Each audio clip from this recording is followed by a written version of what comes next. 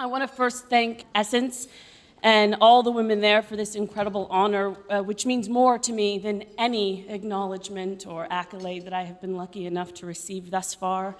Not only because you, Essence, continue to be a beacon for Black women, but because being seen and appreciated by you and thereby your readers and thereby everyone in this room feels like home. It's important that this award honors work done in the space of Hollywood, A, because I would not be here otherwise, but more importantly, because we know that for too long in films and on television and certainly on the covers of magazines, we as Black women have been all too invisible.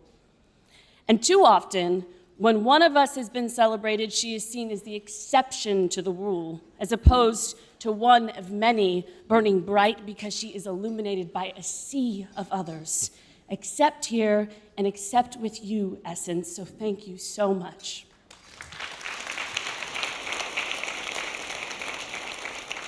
And speaking of the sea of others, because this feels like home, I want to take the opportunity today to share with all of you some things that I would only share with family. I woke up the other day and I thought, there is no time like the present. What a time to be Black. And I say that with a heart bursting with gratitude for every single person that came before us because we would not be here otherwise. But what a time. Yes, we still live in a time where Black bodies are not safe in this country and globally. We live in a time where parity is not our reality, and yet we live in the time of Black girl magic that the whole world is reeling from. The fact that today I can be celebrated alongside these women, such vastly different artists who are in their prime and are not just being celebrated today on this stage, but on a global stage, is proof of that. I don't think we are the token or a passing fancy in the ways that we once were. We together collectively speak to the majesty of Black women, to the breadth of our complexity and nuance, to the differences between us, and to the sameness that we share. So I want to say, Lena, Tiffany, and Denai, and all the women in this room, I would feel truly incomplete without you. Now, historically, Hollywood has had an easier time affording Black women with fairer complexions opportunities. This truth has, yes, benefited me, and it's also left me with a profound anger and confusion as to why I would be in the pursuit of gaining success inside of such ugliness. But there has been a systemic shift as of late that I see. When I traveled to Wakanda, or on a girls' trip to New Orleans, or to a Thanksgiving dinner table, with you three, I understood with more poignancy and purpose why I have been doing this for so long. So that in each of us, another woman or young girl might see a reflection of herself, of her worth, of her boundless potential. We work in concert, all of us, and I'm so, so proud to be among you. My first film ever was a horror film in which I played a sassy Black friend, which at the time felt like a rite of passage. I was so proud to be in a studio film. I was playing a cipher of a young woman, but I was working, and I did not die in the film. I was the only Black person in a horror movie, and I did not die. So that felt like a historic feat in cinema. I continued this way for many years. I filled the quota on network television shows. I know because I was told that was true. And I played bit parts until Tina Mabry cast me in a film called Mississippi Damned.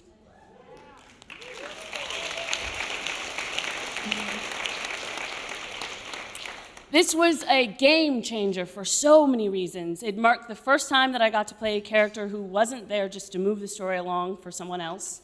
She was significant. It was her story, your story, Tina. It was also the first time that I got to work with a Black director and a cinematographer in the form of Bradford Young. It's important to note that Bradford Young still remains the only Black cinematographer I've ever worked with. And it was the first time that I had worked with an entirely Black ensemble. It was truly an awakening for me. It felt like an exhale. To be embraced as family by that ensemble, I thank you again, Tina, for giving me that gift. It changed me, it rooted my ambition in something bigger than me, and continuing work like that became my new North Star. And now, I can trace almost every significant artistic experience that I've had to date to working with a person of color. So to those directors, to all those creators in this room and beyond that choose to lift us up, to make room for us to be seen, not just by ourselves, but by the world, I thank you. I want to acknowledge someone who is not Black and is not in the room, because she couldn't be, but it's my mother. Her father, my grandfather, was of Mexican descent. He was a performer and a band leader at a time where there were very few of him. He was the only very often. I think because of this, he had a real pressure to assimilate. He didn't want my mother to speak Spanish. My mom is a woman of color, even though she might not be readily identified as such. And I think because of that, she always gave me space to explore my identity, to get in touch with who I am. She understood the void of not having enough guidance in that. And even though she is not a Black woman, throughout my life, she filled me with such pride at being one. She told me that my broad features and my brown skin were beautiful when classmates did their best to convince me otherwise. She went to a beauty supply store with me and she bought an at-home relaxer.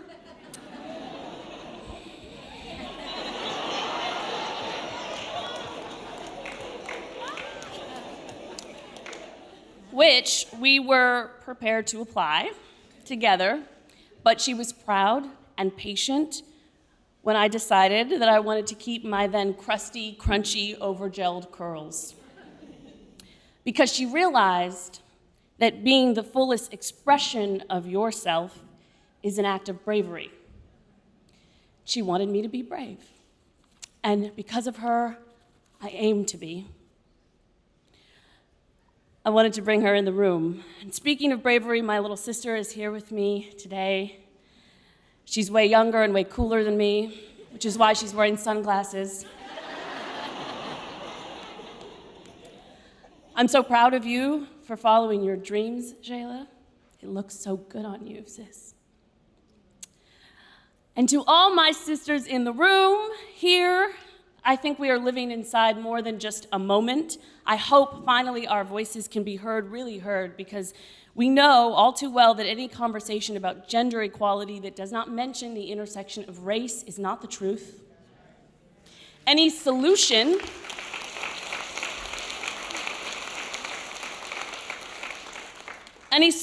orchestrated to address the struggles we face as Black women and women of color must be crafted by us, not just with us in mind. I love seeing all of you in this room. It's my favorite event of the year, but I hope that we can gather outside of this room more often.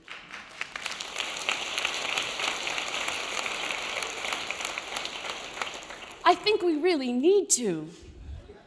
I feel like we have been siloed off for too long because our collective power is to be feared and avoided, but not by us. So we need to come together to plot a way forward. We have come so far, and we have so much further to go. I love all of you. You make me love me. So thank you so much. Thank you.